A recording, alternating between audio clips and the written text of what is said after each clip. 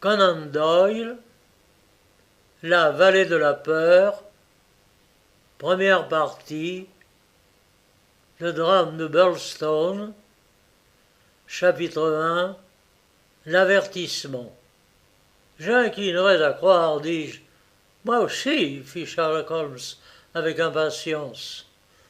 Oh, je me considère comme le plus endurant des hommes, mais cette façon narquoise de m'interrompre me chiffonna, je l'avoue. En vérité, Holmes, répliquai-je d'un ton sévère, vous êtes bien agaçant parfois. Il ne me répondit pas. Il s'abîmait dans ses pensées. Son déjeuner posé devant lui attendait qu'il y touchât. Le front appuyé contre une main, il regardait fixement la feuille de papier qu'il venait de tirer de son enveloppe. Et portant l'enveloppe à la lumière, il l'examina sous toutes ses formes. Oh, c'est l'écriture de Pollock, fit-il rêveur. Oh, je ne puis guère douter que ce ne soit l'écriture de Pollock, bien que je ne l'ai vu que 2 fois. Il y a un Y dont je reconnais l'arabesque. Mais si l'écriture est de Pollock, il s'agit d'une affaire grave. Holmes s'adressait moins à moi qu'à lui-même. Cependant, ma mauvaise humeur ne tint pas contre l'intérêt qu'éveillaient ses paroles. Qui est donc Pollock demandai-je. Pollock est tout simplement un pseudonyme, Watson.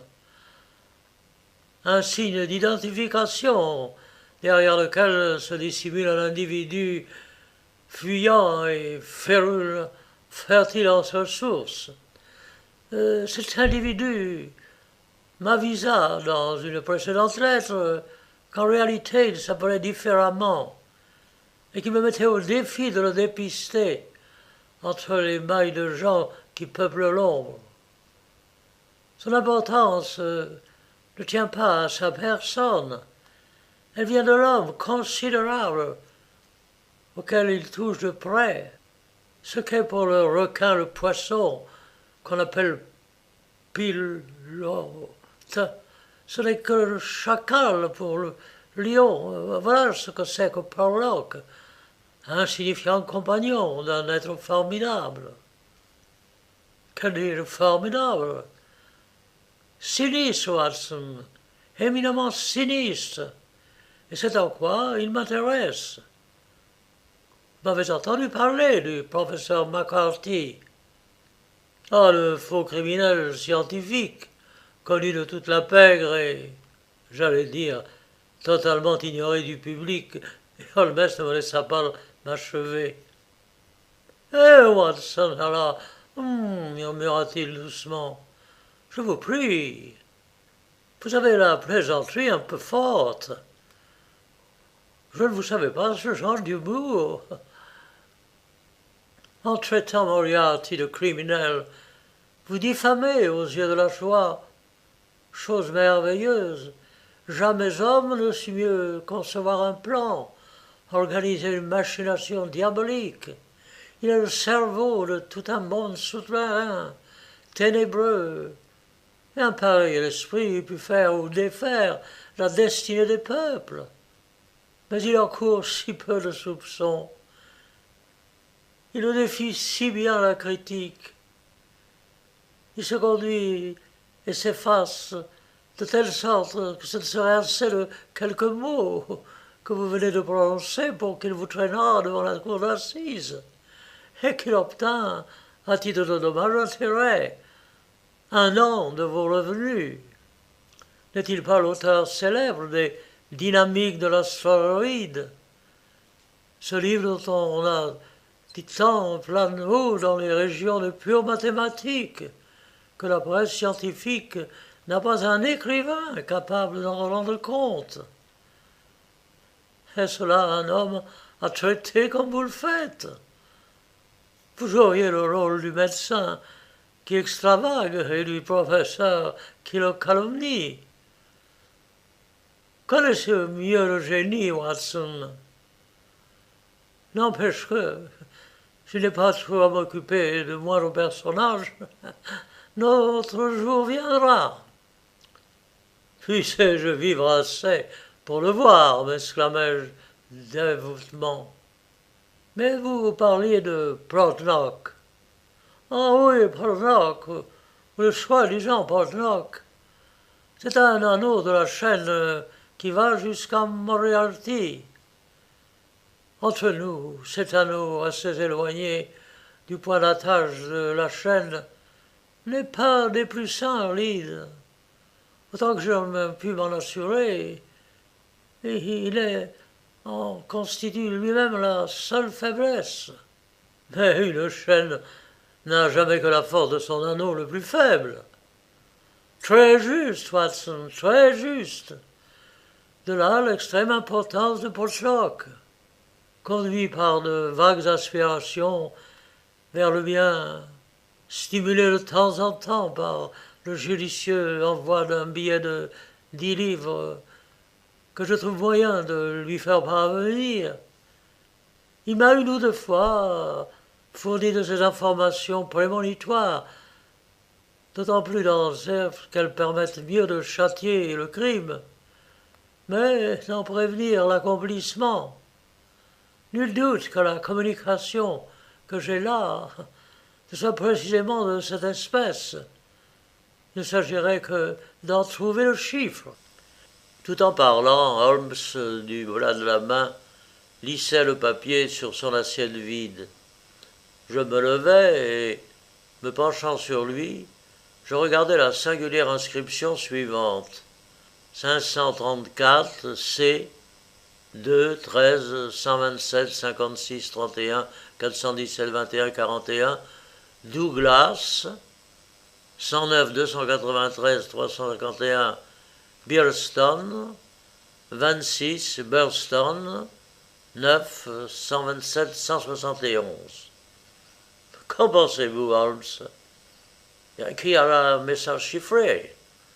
Mais à quoi sert d'envoyer un message chiffré quand on n'a pas le chiffre? Ça revient. Mais dans le cas présent. Mais pourquoi dites-vous dans le cas présent? Parce qu'il y a bien des chiffres que je lirai aussi facilement que les signes conventionnels de petites annonces. Ces devinettes naïves amusent l'intelligence, sans fatiguer. Ici, le cas est différent.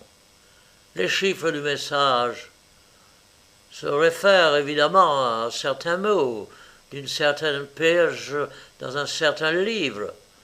Tant qu'on n'aura pas désigné la page et le livre, je suis désarmé. Mais que viennent faire au milieu des chiffres les mots Douglas et Burston en toutes lettres? Oh, soyez sûr qu'ils ne figurent pas dans la page en question. Alors pourquoi ne pas indiquer le livre? Non, votre finesse naturelle, mon cher Watson, et ce bon sens avisé qui font de vous le délice de vos amis, vous empêcherait certainement d'enfermer sous une même enveloppe un message chiffré et son chiffre. Que le pli va se perdre, vous serez perdu. Et au contraire, mettez sous deux enveloppes distinctes le chiffre et le message. L'une ou l'autre pourra se tromper d'adresse sans qu'il en résulte rien de fâcheux. Le second courrier doit être distribué. Oh, je m'étonnerais s'il ne nous apporterait une lettre explicative. Outre ce qui est probable, le volume auquel nous renvoient les chiffres. Holmes calculait juste. Quelques instants plus tard, Billy, le petit domestique, entra portant la lettre que nous attendions. Même écriture, me fait observer Holmes en ouvrant l'enveloppe. Et cette fois la lettre est signée, ajouta-t-il d'une voix triomphante quand il eut déplié le feuillet. Alors, tout va bien, Watson. Pourtant, à mesure qu'il lisait, je vis son front se rembrunir. Oh, sapristi, comment ai-je prévu ça? Oh, je crains, Watson, que vous n'ayez espéré trop vite, pourvu qu'il n'arrive à l'époque rien de fâcheux. Voici ce qu'il m'a écrit. Cher monsieur Holmes, je n'irai pas plus loin dans cette affaire, ça devient dangereux. Il me suspecte.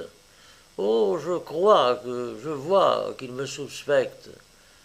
Il m'a surpris au moment où, pour vous envoyer la clé du chiffre, je venais d'écrire votre adresse sur cette enveloppe.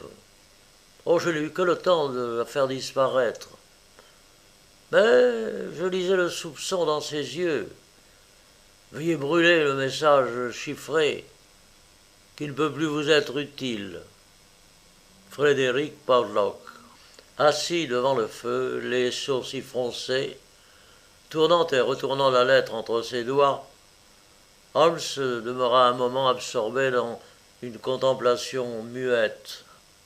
Après tout, il n'y a peut-être rien au fond de cet incident, rien que le trouble d'une conscience coupable. Se sachant un traître, Pavlok aurait cru son acte d'accusation dans les yeux de l'autre. Et l'autre, c'est, je présume, le professeur Moriarty. En personne. Quand un des gens de la bande dit simplement « il », vous savez ce que c'est.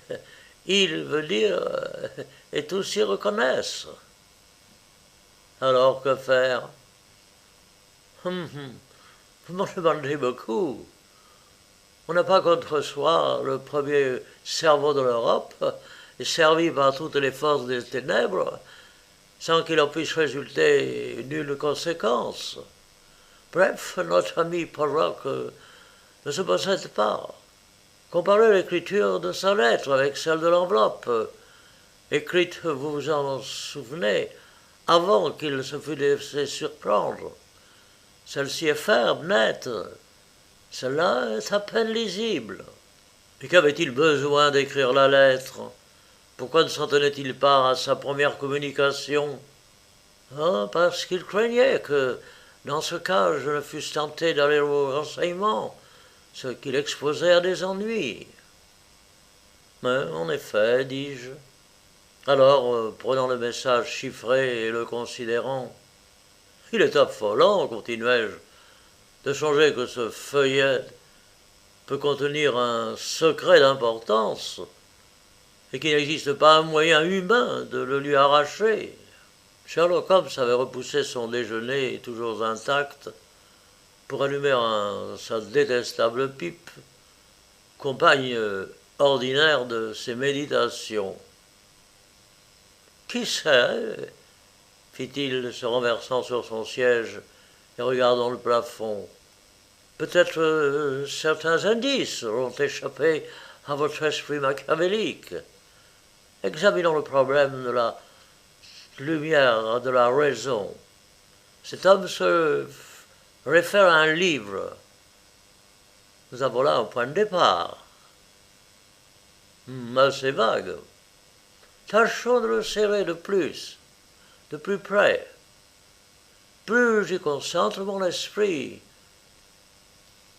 moins le mystère me semble impénétrable. Quelles indications avons-nous au sujet du livre? Aucune. Vous exagérez. Le message n'est-ce pas, commence par le chiffre 534. Nous pouvons, à titre d'hypothèse, admettre que ce 534 désigne la page à laquelle on se réfère. Donc notre livre est déjà un gros livre. Premier point acquis. Et sur la nature de ce livre, quelles autres indications avons-nous?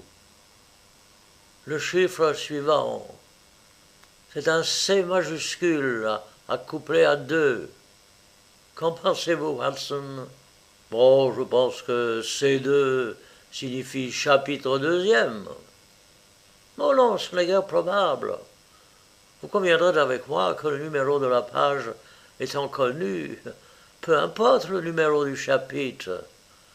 Sans compter que, si à la page 534, nous sommes encore au chapitre 2, Le premier d'une longueur vraiment intolérable. Oh, j'y suis. Deuxième colonne, m'écriai-je. À la bonne heure, Watson. Ah, vous vous distinguez ce matin. Je me trompe bien, il s'agit en effet de la deuxième colonne. Nous commençons donc à entrevoir un gros livre, imprimé sur 2 colonnes, dont chacune est d'une longueur considérable, puisqu'un des mots désignés dans ce document par notre numéro 2, 29, 293. Avons-nous atteint la limite de ce que peut suggérer la raison? Je le crains. Mais vous vous faites injure. Encore un éclair, Watson. Encore un effort d'imaginative. Le livre eût été un ouvrage peu courant, que l'on n'eût pas manqué de m'y renvoyer.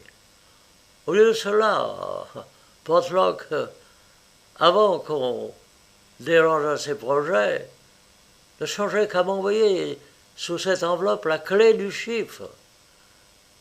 Il nous le dit dans sa lettre. Donc le livre est de ceux qu'il pensait que je trouverais sans peine.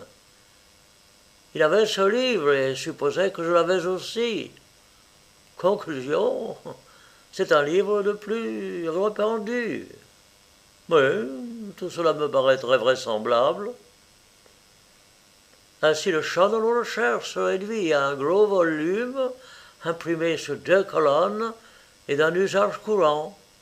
La Bible, triomphai-je. Bien, Watson, mais pas tout à fait assez bien. Car il n'y a guère de livres, je suppose, dont les compagnons de Moriarty fassent moins de leurs livres de chevet. D'ailleurs, les éditions de l'écriture sont trop nombreuses pour qu'il en existe 2 ayant la même pagination. L'ouvrage qui nous occupe est forcément d'un type unique, et Pollock sait que la page 534 de son exemplaire concorde avec la page 534 du mien. Alors je ne vois dans ce cas-là que bien peu de livres. En effet, et c'est ce qui nous sauve. C'est ce qui fait que nous pourrons nous en tenir aux ouvrages d'un type unique et d'un usage très généralisé. L'indicateur Bradshaw, oh j'en doute, Watson. Le vocabulaire de Bradshaw est nerveux et concis, mais pauvre. Il ne se prêterait guère à la rédaction d'un message. Éliminons le Bradshaw. Je crains que les raisons analogues ne nous obligent à exclure le dictionnaire. Alors, que nous reste-t-il dès lors? Un almanach?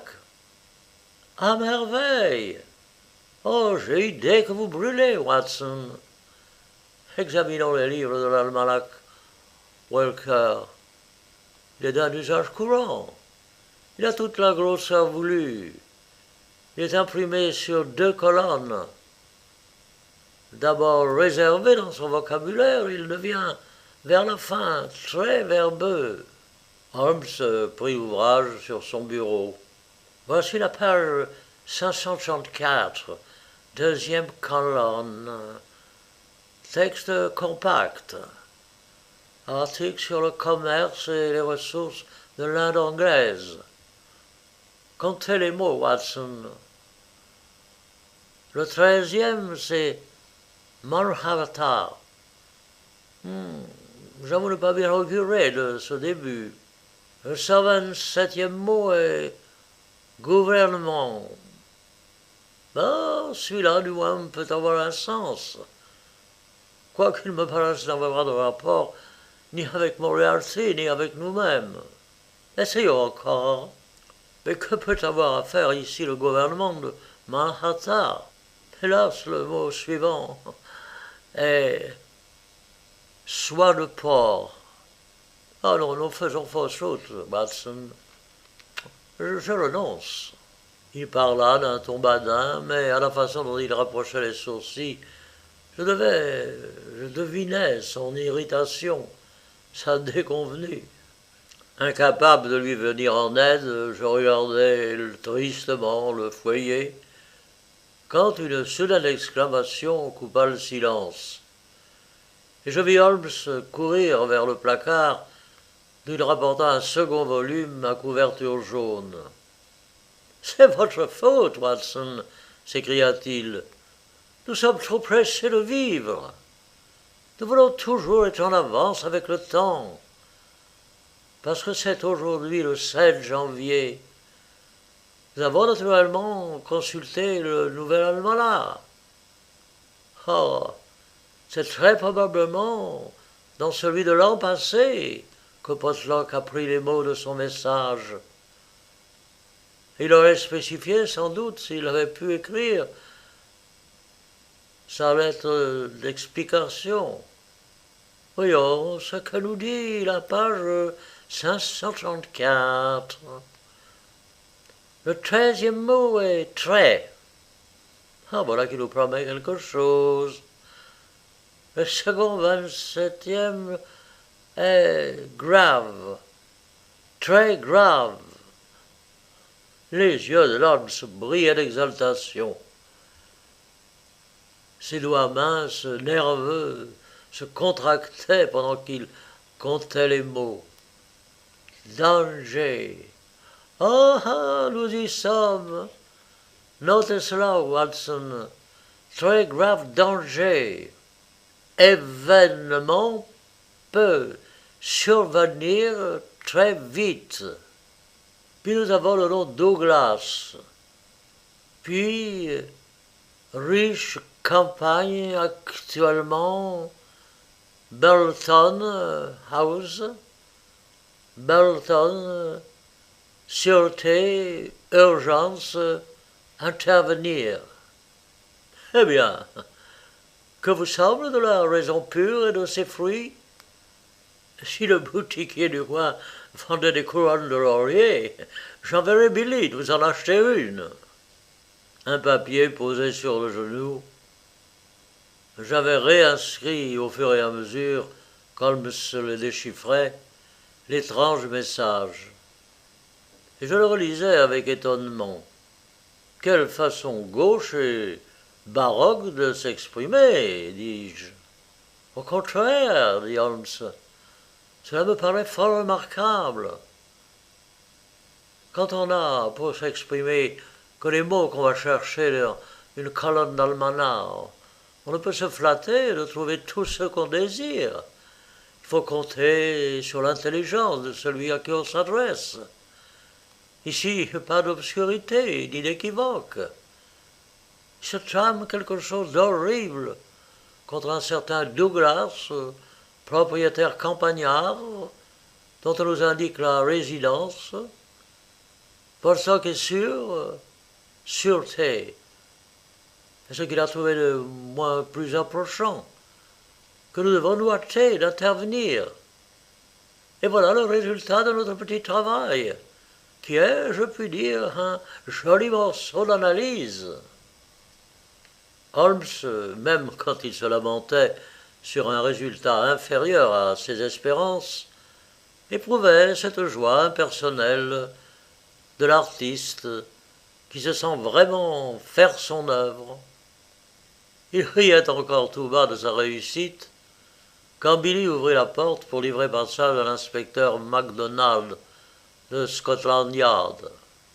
Nous étions alors dans les dernières années du XIXe siècle. Il s'en fallait que MacDonald fût comme aujourd'hui une espèce de célébrité nationale. Cependant, le jeune détective s'était déjà signalé dans plusieurs affaires et ses chefs le tenaient en grande estime.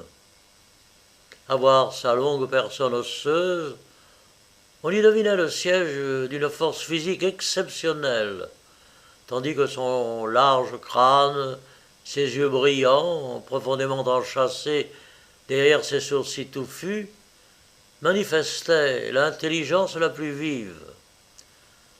C'est un homme renfermé, précis, Bougon, et qui parlait avec un fort accent d'Aberdeen. À 2 reprises, Holmes avait aidé à son succès pour le seul plaisir de la difficulté à vaincre. De là, chez l'Écossais, à l'égard de son collègue amateur, une affection et un respect dont donnait la preuve en venant le consulter chaque fois qu'il se trouvait dans l'embarras. La médiocrité ne voit rien au-dessus d'elle.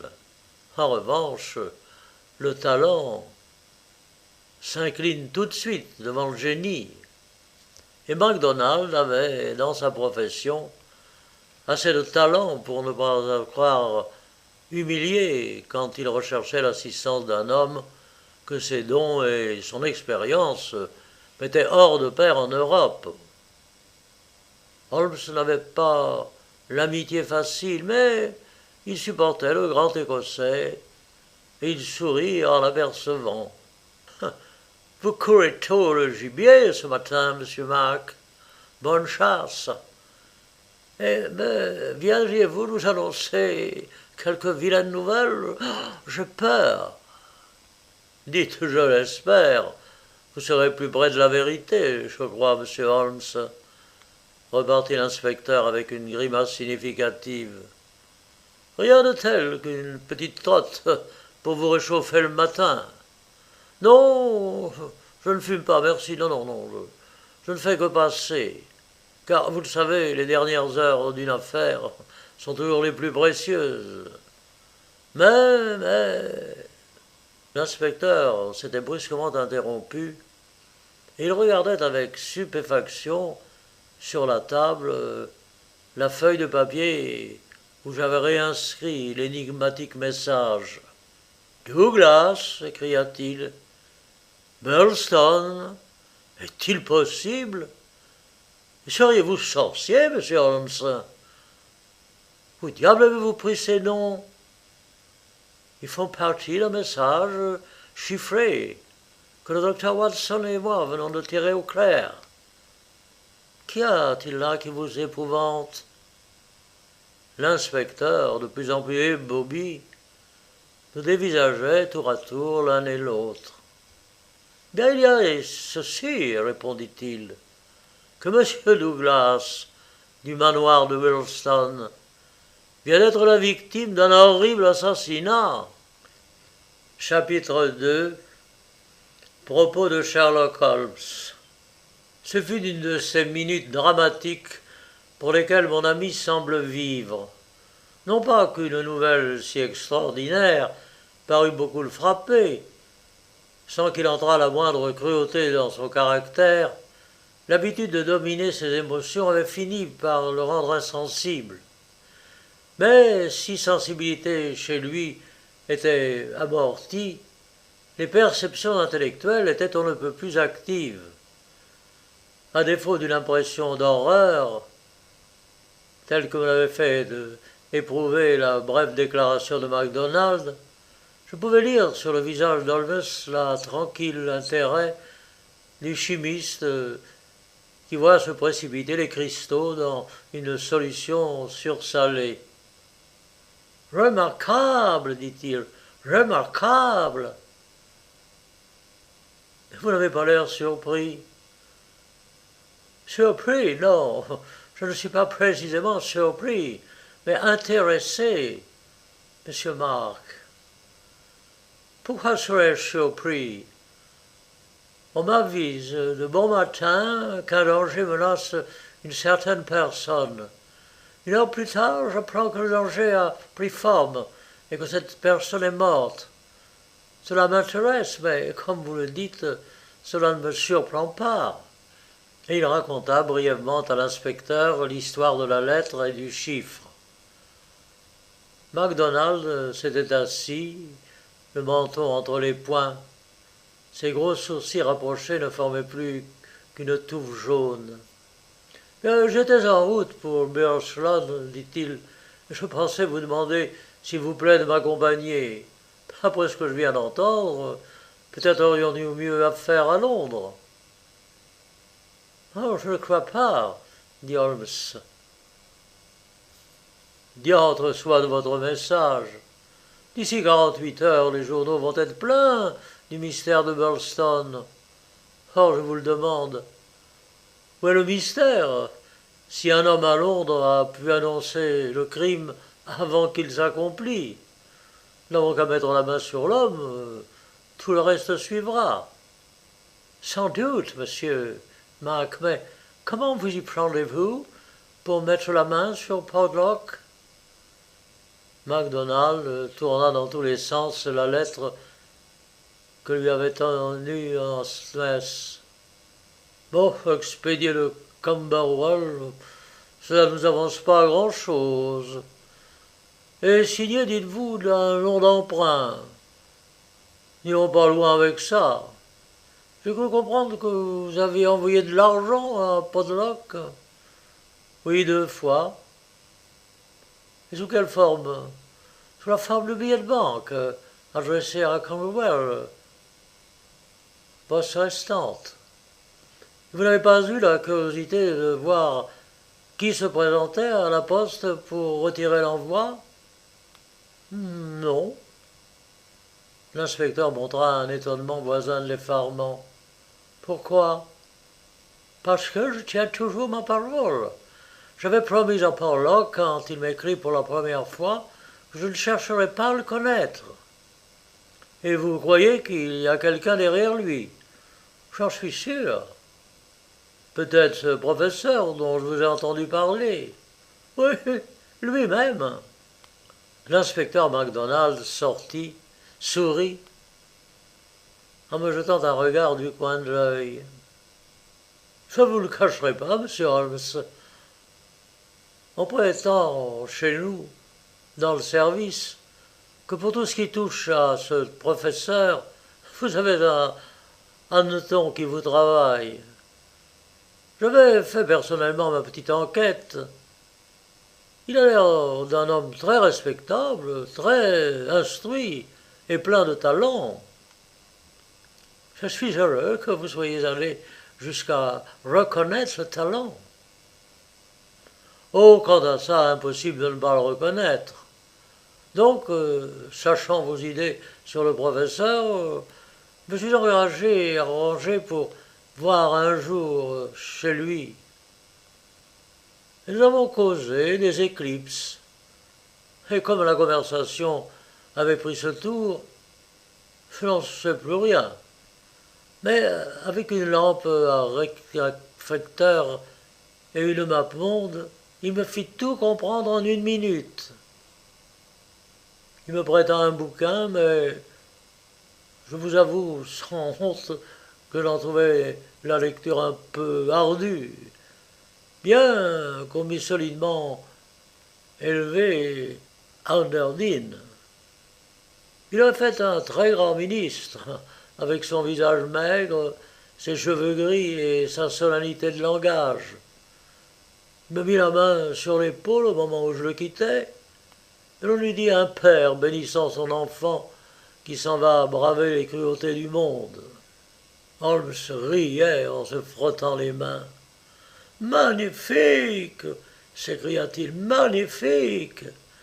Voyons, ami MacDonald, cette entrevue si cordiale, si touchante, avait lieu, je suppose, dans le cabinet du professeur. En effet, une jolie pièce, n'est-ce pas? En effet, une jolie pièce, n'est-ce pas? Plus que jolie, monsieur Holmes, très belle. Et vous étiez assis en face du bureau, comme vous dites. Vous aviez le soleil dans les yeux, tandis que le professeur tournait autour à la lumière. Oh, c'était le soir, mais j'ai idée, oui, que la lampe m'éclairait en plein. N'en doutez pas. Et avez-vous remarqué au-dessus de la tête du professeur un tableau? Oh, peu de choses m'échappent. C'est vous, je crois, qui m'avez appris à observer, monsieur Holmes. Oui, oui, j'ai vu cette peinture, une jeune femme, la tête appuyée sur les mains et regardant de côté. Le tableau en question Et de Jean-Baptiste Greuze? L'inspecteur s'efforça de paraître intéressé. Jean-Baptiste Greuze, continua Holmes, joignant ses doigts et se renversant sur la chaise, est un artiste français qui, de 1750 à 1800, eut une carrière féconde et brillante. La critique moderne a largement ratifié l'estime qu'avaient pour lui ses contemporains. Les yeux de l'inspecteur devenaient vagues. « Ne ferions-nous pas mieux » commença-t-il. « Mais nous sommes dans notre sujet » interrompit Holmes. « Tout ce que je dis se rattache directement, essentiellement, à ce que vous avez nommé le mystère de Breslau. Dans ce cas, c'en est comme le centre. » MacDonald eut un faible sourire et me regardant de l'air de me prendre à témoin. « Votre pensée va trop vite pour moi, monsieur Holmes. Vous sautez d'un point à un autre. J'arrive pas à franchir l'intervalle. Quel rapport peut-il y avoir entre ce tableau ancien et l'affaire de Birlstone? Il n'y a rien qu'un détective ne doive savoir, prononça Holmes. Même le fait, insignifiant en apparence, que la jeune fille à l'agneau de Greuze atteignit en 1860 à la vente Prowlis le prix de 230 000 francs, peut susciter chez vous toutes sortes de réflexions. Holmes ne se trompait pas. L'inspecteur commençait à lui prêter une oreille attentive. « Je vous rappellerai, dit Holmes, que plusieurs documents dignes de foi nous permettent d'évaluer le revenu annuel du professeur. Il s'élève à 700 livres. Oh, comment avec cela pourrait-il acheter? Oui, comment le pourrait-il? Très curieux, fit MacDonald, pensif. Continuez, monsieur Holmes, j'aime à vous écouter, c'est un plaisir peu commun. L'admiration sincère échauffait Holmes, signe caractéristique de l'artiste. Eh bien, demanda-t-il, et Birlstone? Oh, nous avons le temps, répondit l'inspecteur, en consultant sa montre. Un cab attend à la porte. En 20 minutes, nous sommes à Victoria. Mais à propos de ce tableau, je pensais à une chose. Vous m'avez dit un jour n'avoir jamais rencontré le professeur Moriarty. Jamais, c'est vrai. Mais d'où vient alors que vous connaissiez son appartement? Oh, ça, c'est une autre affaire. Je suis allé 3 fois chez lui. 2 fois pour l'attendre sur divers prétextes et repartir avant qu'il n'arrivât.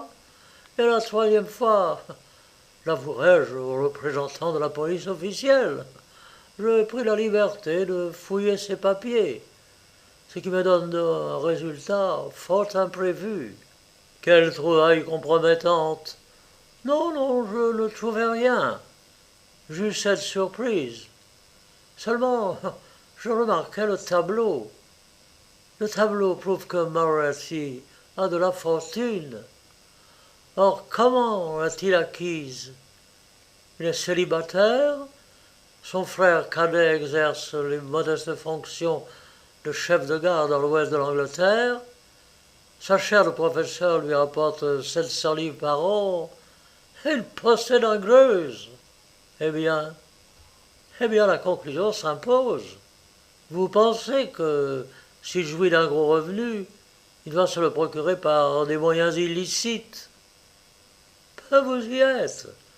Bien entendu, j'ai d'autres raisons de le croire. Je vois une quantité de fils ténus, convergeant plus ou moins directement vers le centre de la toile que tisse le monstre venimeux et immobile. Je ne fais mention du Greuze que parce qu'il entre dans vos moyens d'observation. Ce que vous me dites n'est pas seulement captivant, monsieur Quarles, c'est merveilleux. Mais permettez-moi d'y voir un peu plus clair. De quoi l'accusez-vous? d'être un faussaire, un faux monnayeur, un voleur? D'où pensez-vous qu'il est l'argent? Avez-vous vu l'histoire de Jonathan Wild?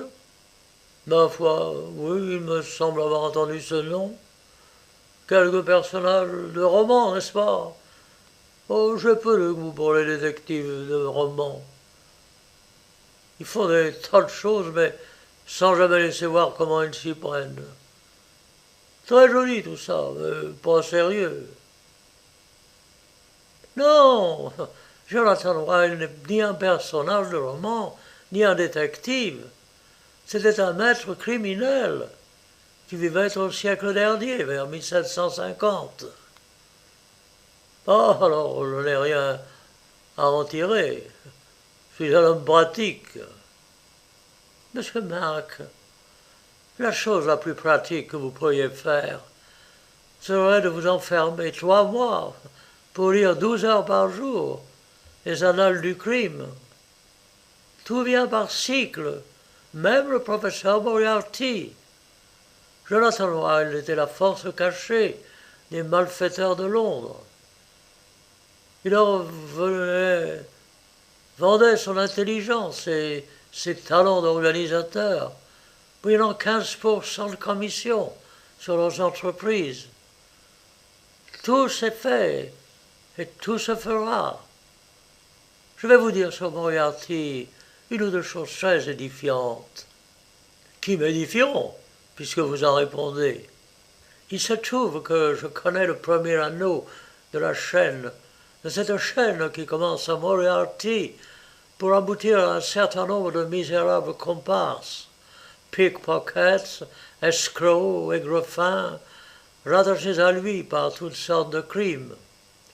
Le chef d'état-major de troupes est le colonel Sébastien Moran, lequel sait se tenir en dehors, au-dessus à l'abri de la loi, autant que Moriarty lui-même. Combien croyez-vous que Moriarty le paye? Dites, 6 000 livres par an. Le professeur suit la méthode américaine. Il rétribue le mérite. C'est un détail que j'ai su par hasard. 6 000 livres. Plus que le traitement d'un premier ministre. Imaginez par là ce que gagne Moriarty et sur quelle échelle il opère. Autre chose, j'ai eu la curiosité de rechercher ces derniers temps un certain nombre de chèques payés par Moriarty. Oh, chèques bien innocents, bien quelconques, puisqu'ils avaient servi à régler des dépenses domestiques. Ils étaient au nom de 6 banques différentes. Cela ne vous impressionne pas? Oui, c'est effectivement très singulier, mais qu'en concluez-vous? Que le professeur ne veut pas qu'on jase sur sa situation financière, qu'il tient à ne rien laisser savoir à personne. Pour moi, cet homme a 20 comptes en banque, et le principal de sa fortune se trouve à l'étranger, dans les coffres de la Deutsche Bank ou du Crédit Lyonnais. Quand vous avez 1 ou 2 ans de loisir, étudiez donc le professeur Moriarty. Je vous le recommande. Petit à petit, à mesure que se poursuivait la conversation, MacDonald se laissait absorber jusqu'à perdre de vue l'objet de sa visite. Mais il avait l'esprit positif du bon Écossais. Il ne tarda pas à se reprendre. J'ai le temps d'y songer, dit-il. Vos intéressantes anecdotes nous éloignent de notre chemin, monsieur Holmes. Ce qui compte, c'est qu'il vous paraît y avoir une connexité entre le professeur et le crime. Cela ressentirait du message de votre Paul Bloch. Ne pourrions-nous pas, pour nos besoins immédiats, pousser plus loin nos conjectures? Ah oui, nous pouvons former certaines hypothèses relativement au mobile du crime. Autant que j'en juge par vos déclarations, l'assassinat serait, pour le moment, inexplicable, ou du moins inexpliqué. Supposez que l'instigateur en soit celui que nous connaissons. Je dois s'imposer à l'examen de deux sortes de mobiles. Mais d'abord, sachez ceci. Moriarty gouverne ces gens avec une baguette de fer. Il les soumet à une discipline effroyable.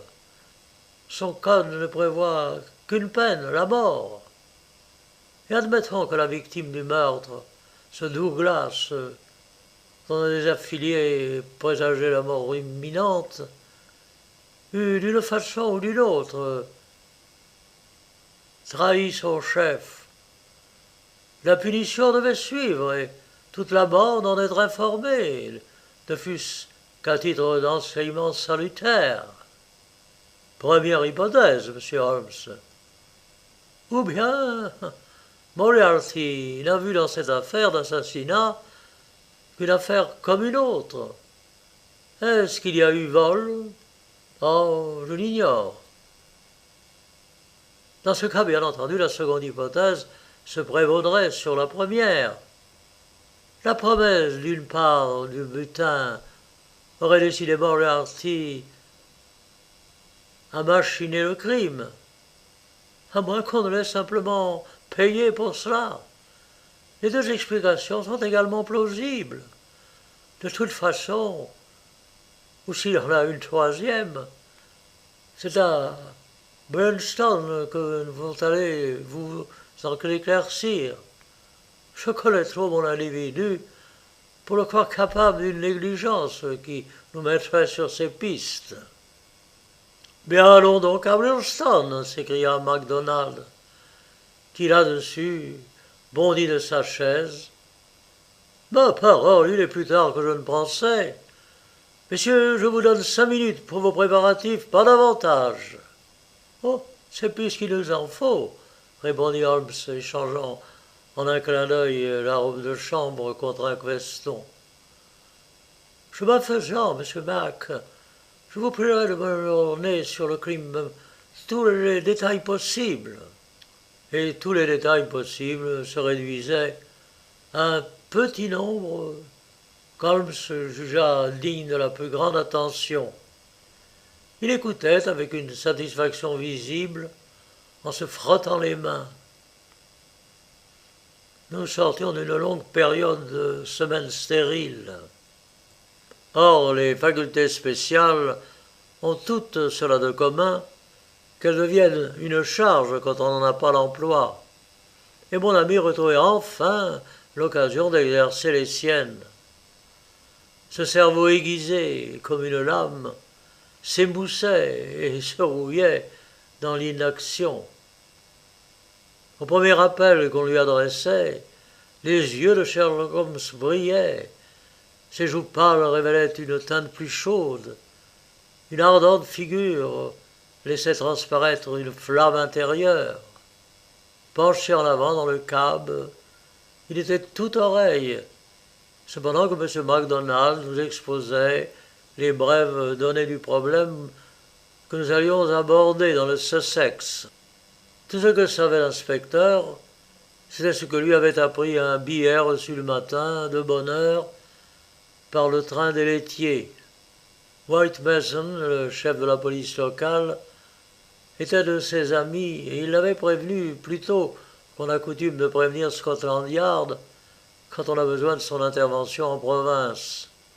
Car il est rare qu'on mande la police métropolitaine assez vite pour qu'elle parte sur une piste fraîche.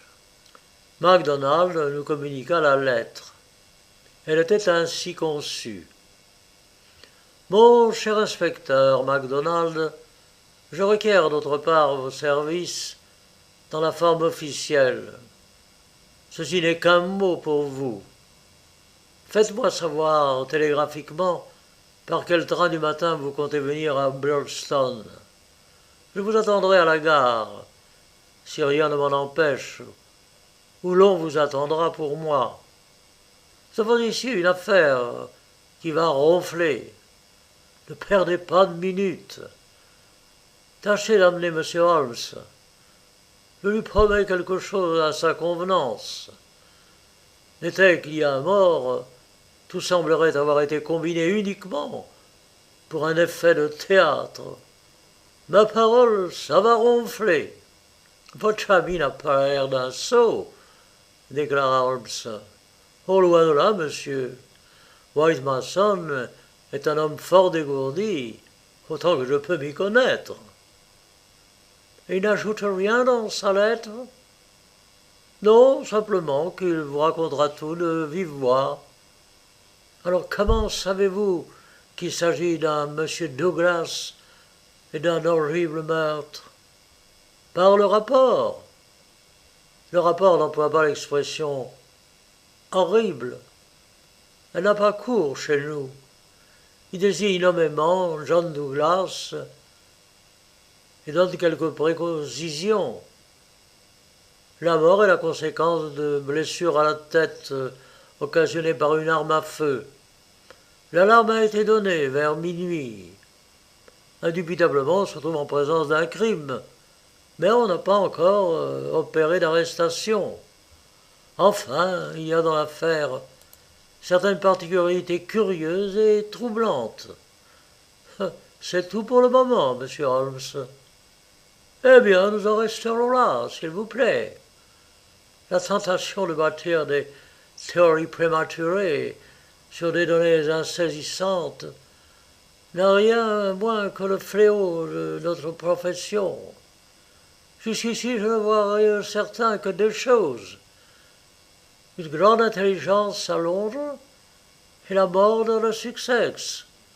Nous allons essayer d'apercevoir la chaîne qui les relie.